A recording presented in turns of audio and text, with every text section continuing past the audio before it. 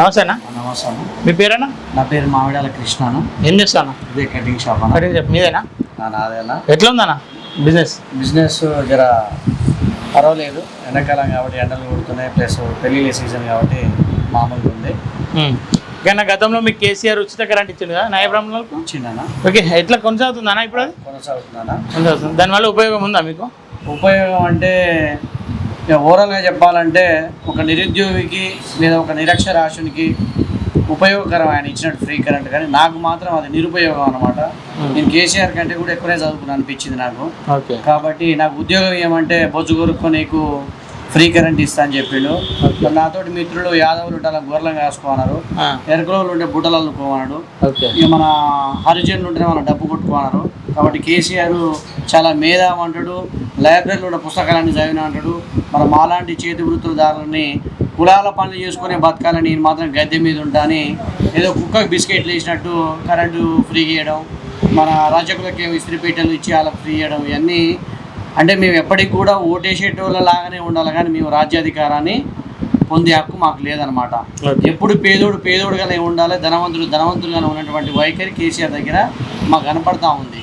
ఇలా చాలామంది మేము వాస్తవంగా తెలంగాణ ఉద్యమంలో నేను పాల్పంచుకున్న కాకతీయ యూనివర్సిటీలో ఒక విద్యార్థి నాయకునిగా మేము కూడా ఉద్యమంలో పాల్గొన్నాము. కేసీఆర్ నేను తోపునే నేను ఉద్యమం చేసిన అంటే అది పద్ధతి కాదు. సాగునోట్లో తల పెట్టినట్టు కదా. సాగునోట్ల తల ఎవరు పెట్టారు? 1300 మంది విద్యార్థులు చనిపోయారు, వాళ్ళు తల పెట్టాడు. ఈయన పెట్టి నేను బిడ్డ పెట్టింది కొడుకు పెట్టిండా. ఇలా తెలంగాణ ఉద్యమం కోసం నిరుద్యోగులు చనిపోయారు, విద్యార్థులు చనిపోయారు, కానీ ఏ ఉద్యోగులు చనిపోయారు? ఉద్యోగులు అంటే కృష్ణయ్య, యాదగిరి అలాంటి వాళ్ళు 2-3 చనిపోయారు. ఓకే, ఉద్యోగులు కూడా ఈ ఉద్యమానికి పాత్ర వహించారు, కానీ తెలంగాణ ఉద్యమం రావడానికి మూలం ఎవరంటే విద్యార్థులే. ఇలా తెలంగాణ వచ్చినాక 10 సంవత్సరాలను 2 దశాబ్దాలు పరిపాలించి ఎవరిని అన్యాయం చేసామంటే ఇలా తెలంగాణలో నిరుద్యోగులను అన్యాయం చేసాం, చదువుకున్న వాళ్ళని. ఇంతకుముందు చిన్నప్పుడు తండ్రులు తాతల కాలంలో చదువుకున్నోడు వింత పశువు అన్నారు, ఇలా చదువుకున్నోడు సౌట్ అయిపోయాడు. ప్రతి ఒక్కడు మొహం చూస్తూ నవ్వుతుర్రు ఇలా, ఎందుకంటే చదువుకున్నాం కదా, ఉద్యోగాలు. ఈయన కథలు చెప్తాడు, ఈయన పిట్ట కథలు బాగా చెప్తాడు, అబాకులు చెవాకులు వేసాయి అన్నీ. నాలాంటి పేదోడిని, నాలాగా ఉన్నటువంటి ఎంతోమంది పేదోళ్ళ జీవితాలను సర్వనాశనం చేసిన వ్యక్తి మిగిలిపోతున్నట్టు కేసీఆర్ అని చెప్పొచ్చు. ఎందుకంటే ఇది ఆవేదనతో చెప్తున్న మాటే. కేసీఆర్ ఏం చేసినా ఆయన విజన్ ఉంది అది అని చెప్తారు, కానీ విజన్ లేదు, ఏం లేదు. ఆయన ఇల్లు బాగుపడ్డది, ఆయన ఇంట్లో ఉన్న నలుగురికి మంచి పెద్ద ఉద్యోగాలు వచ్చినాయి, స్కాములు చేసిరు. అదొక ప్రాజెక్ట్ కట్టిన కాళేశ్వరం, అది ప్రపంచంలోనే పెద్దదని చెప్తుండు. ఇక ప్రపంచంలో అతి ఎత్తైన రాతి కట్టడం నాగార్జున సాగర్ కంటే కూడా గొప్పదని చెప్పిండు. అది ఆల్రెడీ పలిగిపోయింది, పిల్లలు మొత్తం కూలిపోయినాయి. కేసీఆర్ ఇప్పటికైనా ఆలోచన చేసుకోవాలి. నువ్వు ఏం చేసినావు అంటే పేదలను, తెలంగాణలో ఉన్నటువంటి మధ్యతరగతి పేదలు మొత్తం తొక్కినావు. తెలంగాణ డెవలప్ అయింది అంటుండు, ఎక్కడ డెవలప్ అయిందో చెప్పాలి. ఎక్కడ నల్గొండ జిల్లా ఏమైనా డెవలప్ అయిందా? మహబూబ్నగర్ ఏమైనా డెవలప్ అయిందా? ఉత్తర తెలంగాణ డెవలప్ చేసినాం. సిరిసిల్ల ఎట్లా ఉంది, మెదక్ ఎట్లుంది, గజ్వేల్ ఎట్లుంది, ఆ ప్రాంతాలకి ఈ ప్రాంతాలకు తేడా చూపించాలి. ఒక నిరుద్యోగ చెప్తున్నా, ఒక తెలంగాణ బిడ్డగా చెప్తున్నా. నాకు ఒక డౌట్ వచ్చింది, చెప్పాలి. నిజంగా నువ్వు ఈ కటింగ్ విషయం అన్నా, నేను లెక్చరర్ని. ఓకే, వర్క్ ఇది చేస్తా? ఇది చేస్తా. ఇది చేసుకుంటే లెక్చరర్ చేస్తా? గ్రేట్ అన్న నిజంగా. అంటే నిజంగా కేసీఆర్ వాళ్ళు అన్యాయం జరిగిందని 100% జరిగింది. నేను బొచ్చు ఊరుకుంటుంటే నాకు కారణం ఆడే. అంతేనా? నేను బొచ్చు నేర్చుకుని చదువుకోవడానికి కత్తి పట్టుకున్నా. ఇలా నేను చదువుకుంటే నాకు పిల్లని చాదే పరిస్థితి లేదు, కాబట్టి వచ్చి బొచ్చు ఊరుకుంటాను. ఇలా ఈ బొచ్చు ఊరుకున్న పదం అన్పార్లమెంటరీ లాంగ్వేజ్ అయినా అది బాధతోటి వస్తుంది తప్ప ఏదో కేసీఆర్ తోపు ఆయన తిట్టాలని ఏం లేదు. ఆ తిట్టు నాకు వచ్చేది ఏం లేదు. ఓకేనా? ఈ మీడియా ఆడికి పోదు నాకు తెలియదు, కానీ కేసీఆర్ వల్ల నష్టపోయిన తెలంగాణ నిరుద్యోగులలో నేను ఒక్కడిని. ఓకేనా? ఇప్పుడు పార్లమెంట్ ఎన్నికల ఇప్పుడు కాంగ్రెస్ ప్రభుత్వం ఉంది కదా, ఎట్లా మరి దానికి దీనికి ఏమైనా తేడాలు కనిపిస్తుంది? ఇప్పుడు మొన్న కేసీఆర్ తెలంగాణ ఉద్యమాన్ని వంక పెట్టుకొని తెలంగాణ ప్రజలందరినీ బేకార్గాలని చేసి, తెలుగు తక్కువలని చేసి గద్దెని ఎక్కిండు. ఆ పథకం ఎస్సీలు ఉన్నారు, ఆ ఎస్సీలకు దళిత బంధం పెట్టిండు, బీసీలకు బీసీ బంధం చెప్పి ఏదో ముచ్చట్లు అందరికీ బిస్కెట్లు వేసిండు, మత్తు చల్లిండు. ఉద్యమంలో 5 సంవత్సరాలు పునర్నిర్మాణం, బంగారు తెలంగాణ నాడు బంగారు లేదు, ఎండి లేదు, అంతా ఉత్తి మట్టి తెలంగాణ చేసిండు. తర్వాత 5 సంవత్సరాలు బీభత్సంగా సంపాదించుకొని ఇలా ఏడవురు వాళ్ళ కుటుంబ సభ్యులు ఎక్కడూరు అనేది ఇలా మొత్తం ప్రపంచానికి ఎరక, తెలంగాణకు కూడా ఎరక.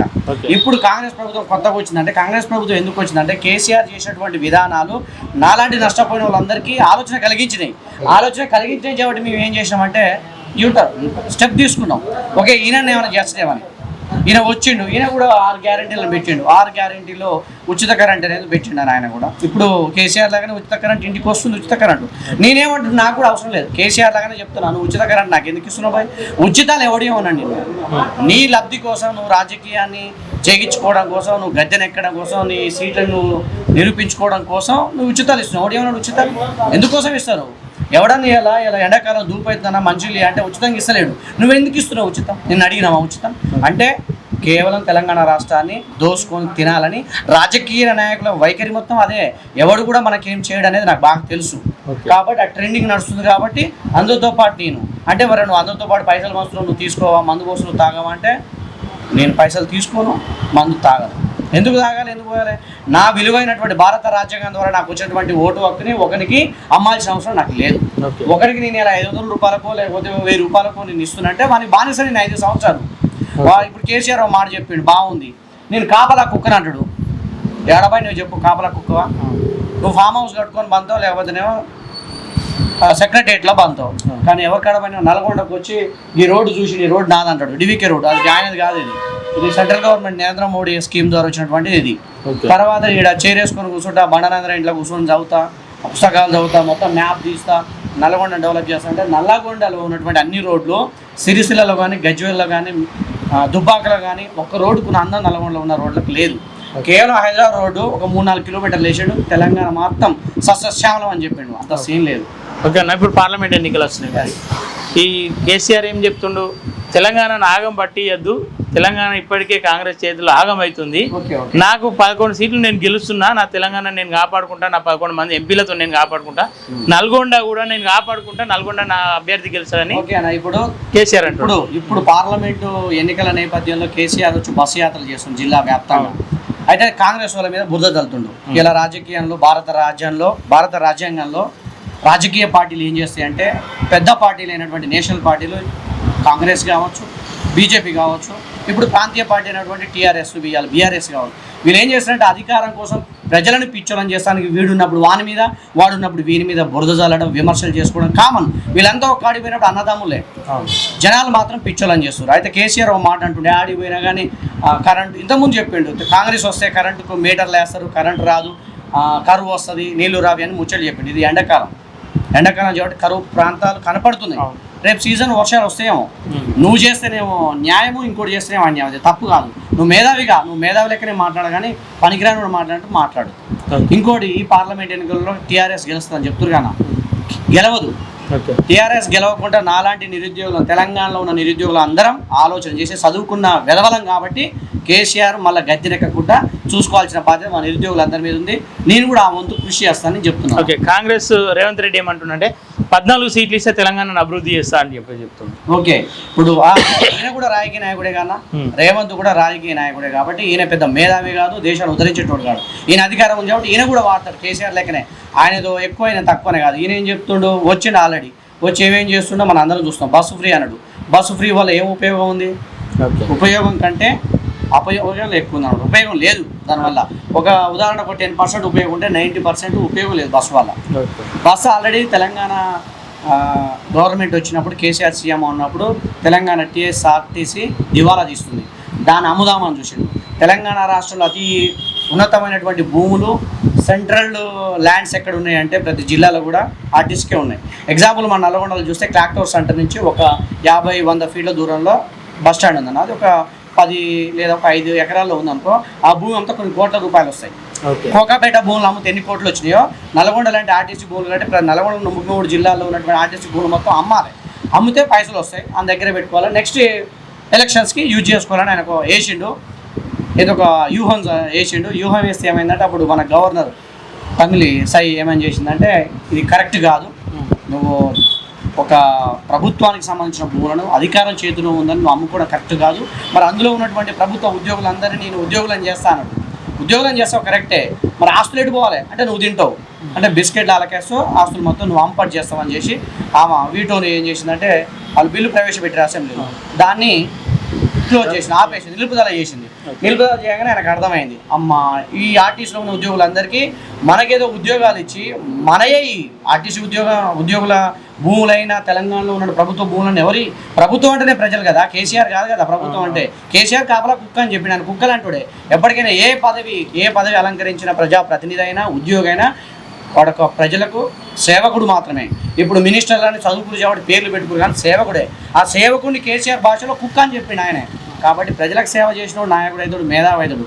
ఇలా అంబేద్కర్ ఉన్నాడు, ఇయాడికి కూడా ఆయన ఒక దేవుని లెక్క పోలుస్తారు. ఆయన ఒక మానవుడే, ఒక దేవుని లెక్క పోలుస్తారు. అంటే ఆయన చేసినటువంటి విధానాలు ఇలా సామాన్యుని కాంచి ఉన్నత వర్గాలకు కూడా లబ్ధి చేకూరుతున్నాయి. కాబట్టి ఆయనకు కులమాల చేసి దండం పెట్టి కాలు మొక్కి పాలాభిషేకం చేస్తున్నాం. కానీ కేసీఆర్ పాలాభిషేకం చేస్తున్నారు ఎందుకో అర్థం కావట్లేదు. నేను తెలంగాణలో ఉన్నా కాబట్టి నేను ఒకటే, కేసీఆర్కు పాలాభిషేకం చేసుకునే అర్హత లేదు. ఎందుకు కేసీఆర్ నువ్వు చచ్చిపోయినావా తెలంగాణ కోసం? పోరగాలు చనిపోయారు 1300 మంది, కాబట్టి వాళ్ళకి పాలాభిషేకం చేయి, వాళ్ళ సమాధుల దగ్గర పోయి పాలాభిషేకం చేయాలి. నీకెందుకు చేయాలి? కొన్ని కోట్ల రూపాయలు సంపాదించినావు, వస్తలేవా బయటికి? ఇప్పుడు ఇంకా వస్తాయేమో. కానీ పేదోని అన్యాయం చేసినటువంటి ఏ రాజకీయ నాయకుడు కానీ ఏ ప్రభుత్వం కానీ కూలిపోతుంది. అది ఇప్పుడు ఆల్రెడీ కనపడుతుంది. పేదోల యొక్క రక్తాన్ని తాగి నువ్వు ప్రభుత్వాన్ని నిలుపుకొని ఎన్ని రోజులు వ్యవహారం చేసినావు, ఆ పాప నీకు తగిలిందని మేము అనుకుంటాం. ఇంకా తగలాలి. నాలాంటి వాళ్ళు ఎంతోమంది కేసీఆర్ తెలంగాణ వస్తే ఆంధ్రప్రదేశ్లో ఉన్నప్పుడు ఆంధ్రోలు తీసుకుపోతారు అని చెప్పిండు. తెలంగాణ వచ్చినప్పుడు ఈయన తీసుకొని పోతుండు. ఆంధ్రోలకు తెలంగాణ వాళ్ళకి పెద్ద నష్టం తేడా ఏం లేదు. బేకర్ గాలని ఏం చేసినట్టే తెలంగాణ వాళ్ళందరికీ ఆంధ్రోల మీద ఒక అభిప్రాయం సృష్టించి ఉన్న సంపద మొత్తం తీసుకుపోయాడు. భారతదేశం స్వాతంత్రం రాకముందు బ్రిటిష్ వాళ్ళంతా భారతదేశం సంపద మొత్తం తరలించుకుపోయారు. అప్పటి విషయాలు ఇప్పుడు గుర్తొస్తున్నాయి. కేసీఆర్ మొత్తం ఆంధ్రోళన బదనాం చేసి మొత్తం సంపాదన మొత్తం కేసీఆర్ ఇల్లు నిన్నది. ఓకేనా? పార్లమెంట్ ఎన్నికలు మరి ఈ పార్లమెంట్ నుండి బీజేపీ అభ్యర్థి షానంపూర్ సైదిరెడ్డి ఉంది. ఇప్పుడు షానంపూర్ సైదిరెడ్డి అనే అభ్యర్థి ముఖ్యం కాదు మాకు ఇక్కడ. ఓకే, భారతదేశాన్ని ప్రపంచ దేశాల్లో ఒక ఉన్నతమైన దేశంగా నిలుపుతున్నటువంటి నరేంద్ర మోడీ ఒక విజన్గా తీసుకొని ఒక భారతీయుడిగా, ఒక హిందువుగా, ఇండియన్ సిటిజన్గా నేను ఏం చేస్తున్నా అంటే, నాలాంటి చదువుకున్న మేధావులుగా, చదువుకున్న విద్యార్థులు కావచ్చు, నిరుద్యోగులు కావచ్చు, పేదవాళ్ళు కావచ్చు, నిరక్షరాస్యులు ఎవరైనా మన భారతదేశం మనకు ఉండాలంటే మనం బీజేపీని గెలిపించుకొని ఇలా మళ్ళీ నరేంద్ర మోడీ గారు 3వసారిగా ప్రధాని చేసుకోవాల్సిన అవసరం ఎంతైనా ఉంది. ఎందుకంటే గతంలో బ్రిటిష్ వాళ్ళు వచ్చి వస్త్రాల వ్యాపారంతో భారతదేశానికి వచ్చి 200 సంవత్సరాలు పరిపాలించి మనకు బానిసలు చేసిరు, కొట్టిరు, తిట్టిరు. దాన్ని సాధించుకున్నాం, ఎంతోమంది చనిపోయి. మళ్ళీ ఇవాళ అదే పరిస్థితి వస్తుంది. కాబట్టి ఎటుబడి మనం బీజేపీ కోటేస్తున్నాం. 100% క్యాండిడేట్ ముఖ్యం కాదు ఇక్కడ, నరేంద్ర మోడీ ముఖ్యం. నరేంద్ర మోడీ విజన్ తోటి మేము ముందుకెళ్తున్నాం. కాబట్టి నరేంద్ర మోడీ ఎందుకే అంత అంటున్నావు, నీకేమైనా బీజేపీ అని నన్ను అడగచ్చు. నేను బీజేపీ కాదు, నేను నిరుద్యోగిని. నాకు, నా కుటుంబానికి లేదా నా ఉన్నటువంటి చుట్టుపక్కల సమాజానికి ఉపయోగపడ్డోడే నాకు నాయకుడు, నాకు ఆ పార్టీ ఇష్టం. అంతేగాని నాకు పైసలు ఇచ్చినోడు నా పార్టీ అని చెప్పుకోవాల్సిన అవసరం లేదు. ఇలా బీజేపీ ఎందుకు అంటుందంటే, జమ్మూ కాశ్మీర్ అనేది భారత రాజ్యాంగంలో ఇంతవరకు అంతర్భాగం కాదు. ఒక సపరేట్ ఉంది, 370 ఆర్టికల్ ప్రకారం సపరేట్ రాజ్యాంగం ఉంది. భారతదేశంలో ఉండి నీకు సపరేట్ రాజ్యాంగం ఎట్లుంటుంది? దాన్ని ఇంతవరకు ఏ ప్రభుత్వాలు వచ్చి దాన్ని భారతదేశంలో విలీనం చేయలేదు. జూనాగఢ్ని చేసినాయి కదా, హైదరాబాద్ సంస్థానాన్ని చేసినాయి కదా. ఇన్ని రోజులు స్వాతంత్రం వచ్చినాక కూడా 1958 నుంచి ఇప్పటికి కూడా ఆ 2 సంస్థానాలు సర్దార్ వల్లభాయ్ పటేల్ చేసిండు. కానీ మీరు ఇంతమంది మీరు కాంగ్రెస్ వాళ్ళు పరిపాలించారు, మరి ఎందుకు చేయలేదు? బీజేపీ నేను చేసినాను, నువ్వు చేయకపోయావు, చేయలేదు. ఈయన బీఆర్ఎస్ అని మార్చింది కాబట్టి ఈయన అడుగుతున్నా. ఈయనది ప్రాంతీయ పార్టీ అని జాతీయ పార్టీ చేసుకుని మరి జమ్మూ కాశ్మీర్ భారతదేశం ఎందుకు కలపలేదు? జమ్మూ కాశ్మీర్లో హిందువులేమో పాలితులు, పాలకులేమో ముస్లింలు.